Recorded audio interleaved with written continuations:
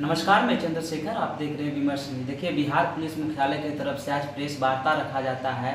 ADG JS Gangwar के द्वारा यह प्रेस वार्ता रखा जाता है। प्रेस वार्ता में क्या कुछ कह रहे हैं एडीजी जेएस गंगवार, सुनिए। बड़ी थाना में अपराध की योजना बनाते हुए 7 अपराध कर्मियों को वहां भी अवैध आग्नेयास्त्र के साथ गिरफ्तार हुआ और ये उपलब्धि हुई है सीतामढ़ी थाना अंतर्गत, जिसमें 7 अपराध कर्मियों को एक देशी कट्टा, जिंदा कारतूस, धारदार ड्रैगन चाकू 2, लोहे का बड़ा छेनी इत्यादि के साथ गिरफ्तार किया गया। इनके विरुद्ध में लूट, डकैती, चोरी और एनडीपीएस यानी मादक द्रव्य से संबंधित 8 कांड इन अपराध कर्मियों के विरुद्ध अलग अलग थानों में दर्ज हैं और कुछ के बाकी अन्य जिलों में भी कांड दर्ज हैं। इन अपराध कर्मियों के नाम हैं करण राउत, गौरव महतो, बबलू कुमार, राजा कुमार, विकास कुमार, संजय राउत, छोटे दुबे। तो किस प्रकार से अपराधकर्मी गैंग बना के घूमने की कोशिश कर रहे हैं, पुलिस पहले ही उनको पुलिस की अपनी योजना बनी हुई है और उसके तहत हम उनको गिरफ्तार कर रहे हैं और उनको न्यायिक प्रक्रिया में सामने ले जा रहे हैं। साइबर अपराध कर्मियों के विरुद्ध भी हम लोग लगातार कार्रवाई कर रहे हैं और जैसा कि आपको हमने बताया था, नवादा के साइबर थाना में 24 नवंबर को 18 साइबर अपराध कर्मी गिरफ्तार हुए थे। उनसे आगे हम फॉलोअप कर रहे हैं। इसके अलावा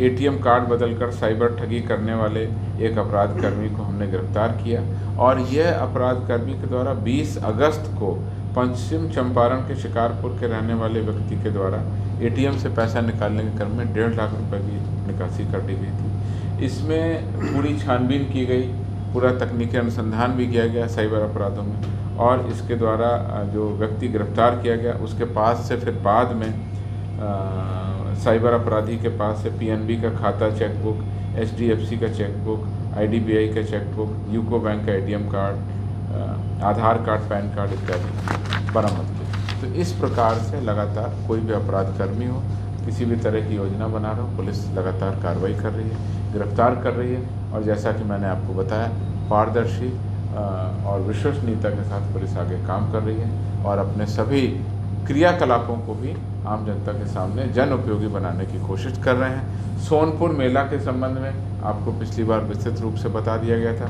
जन उपयोगी, लोगों के लाभ के लिए और कानून की जानकारी महिलाओं के लिए, बच्चों के लिए, किसानों के लिए, अग्निकांड से बचाव के उपाय और डायल 112, ट्रैफिक, साइबर, सभी विषयों पर लगातार हम लोगों को जागरूक भी कर रहे हैं और संवेदनशील भी बना रहे हैं। सर, ये 2 सवाल है सर। एक तो पहला कि आपने जो स्टेशन डायरी को डिजिटल करने की योजना लागू हो जाएगी कल से पटना। हाँ, तो इसके लिए क्या कल से पटना थानों में कोई आईटी एक्सपर्ट दिया गया है या कौन करेंगे कौन? मैं बता सभी जिलों में और सभी थानों में हम लोगों ने आईटी से संबंधित आईटी सेंटर एक बनाया हुआ है, जिसमें वहाँ के कर्मी भी पदस्थापित हैं, कुछ टेक्निकल मैनपावर भी है। सभी की लगातार ट्रेनिंग हम दे रहे हैं और सीसीटीएनएस से जुड़े हुए कार्यों में लगातार, इधर आपने देखा होगा 1 साल से लगातार प्रगति आ रही है। उसी का ये नतीजा है। इस साल भर की मेहनत का ट्रेनिंग, फॉर्मेट और हर तरह से समझने के बाद ही अब एफआईआर की ऑनलाइन एंट्री और अब स्टेशन डायरी का ऑनलाइन एंट्री हम लोग शुरू कर रहे हैं। दूसरा सर कि वही 10 तारीख के पूर्वी क्षेत्रीय परिषद की बैठक को लेकर मेरे पास भाषा के अधिकारियों को, तो पुलिस के लिए क्या है? नहीं, मेरे पास में अभी उसका कोई ब्रीफ नहीं है। जब आएगा हम बता देंगे। सर, दीघा में शराब मामले में दीघा में कार्रवाई और कुछ फरार भी हैं उसमें, लेकिन थानेदार सस्पेंड हुए, उन पे आगे क्या कार्रवाई होगी? थानेदार पे एफआईआर होगा? देखिए, क्या होगा ये तो अभी मैं पहले से नहीं बता सकता हूँ, बट इतनी बात बिल्कुल स्पष्ट तरीके से रखना चाहता हूँ। शराबबंदी को लेकर के बिहार पुलिस सक्रिय है, सजग है और बहुत संवेदनशील है। लगातार शराब माफियाओं पर हम कार्रवाई कर रहे हैं, बाहर से आने वाले ट्रक को रोक रहे हैं और बॉर्डर पर ही लोगों को हम लोग गिरफ्तार कर रहे हैं, डिटेन कर रहे हैं। जो शराब अंदर आती है उसके बारे में हम लोग कार्रवाई कर रहे हैं। शराब माफिया जो राज्य के अंदर कुछ नकली शराब या देशी शराब बनाते हैं, उनके विरुद्ध भी न केवल हमारा अभियान बल्कि उत्पाद मद्य निषेध विभाग का भी अभियान लगातार चलता है। जिसमें ड्रोन से निगरानी हो, मोटर बोट से निगरानी हो, आसूचना पर आधारित हो, लोगों के इंट्रोगेशन में आया हो या किसी मोबाइल की ट्रैकिंग में आया हो, सब तरीके से हम लोग कार्रवाई कर रहे हैं। राज्य के बाहर भी अपराध कर्मियों की गिरफ्तारी करते हैं। इस पूरे सिस्टम और तरीके की योजना बनी हुई है, लगातार हम लोग कार्रवाई करते हैं। इस कार्रवाई के क्रम में अगर कोई भी किसी भी स्तर का पदाधिकारी या कोई भी सरकारी कर्मी इसके विरुद्ध काम करता है या शराबबंदी की जो हमारी ओवरऑल प्लानिंग है उसके अगेंस्ट में काम करता है, तो निश्चित रूप से वो दंड का भागी बनता है, विभागीय रूप से भी।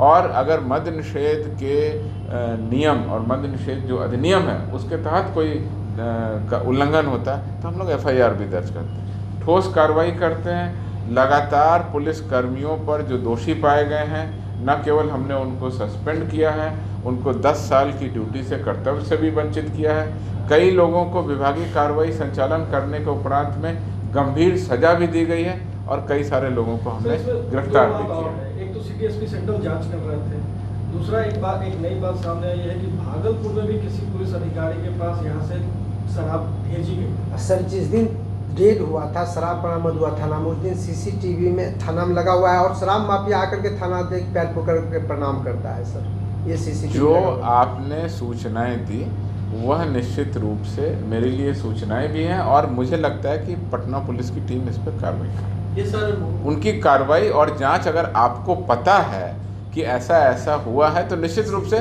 कहीं ना कहीं पुलिस को भी ये पता है और पुलिस के लोगों ने ही कार्रवाई की। आप एक बात समझिए कि उस पुलिस कर्मियों के जो गड़बड़ी थी उसको पकड़ने के लिए कोई उत्तर प्रदेश की पुलिस नहीं आई थी, बिहार पुलिस ने ही कार्रवाई की और बिहार पुलिस ने ही अपने जो सिस्टम में अगर कोई गलत है तो उस पर हमने लगातार कार्रवाई की, ठोस कार्रवाई की और उनके विरुद्ध में हर तरीके की कार्रवाई हो। इस मामले में भी हो गई, अभी जांच होने दीजिए, सभी मामला सामने आता है। ये सर हाल ही में शराब से जुड़ा, जहरीली शराब से जुड़ा सीतामढ़ी और गोपालगंज में मामला आया था। विपक्ष ने कई लोगों के मरने का दावा किया, पुलिस के पास फाइनल फाइंडिंग है क्या है? हम कितने लोगों का? सूचना लेकर के बताएंगे। अब मेरे पास में ऐसे तो सूचना नहीं है किसी पर्टिकुलर उसकी, हम सूचना लेकर के। Thank you. तो आपने सुना ADG JS गंगवार बिहार में पिछले 3 दिनों में कुख्यात 5 अपराधी की गिरफ्तारी के बाद काफ़ी उत्साहित नजर आ रहे हैं और साथ ही बिहार पुलिस को शाबाशी दे रहे हैं और कह रहे हैं बिहार पुलिस लगातार जो है अपने कार्यों को बखूबी तरीके से कर रही है। जिस प्रकार से बिहार में गुंडों और कुख्यात अपराधी को गिरफ्तारी बिहार पुलिस की तरफ से की जा रही है, वो काफ़ी सराहनीय है। फिलहाल इस रिपोर्ट में इतना ही, आप देखते रहिए विमर्श।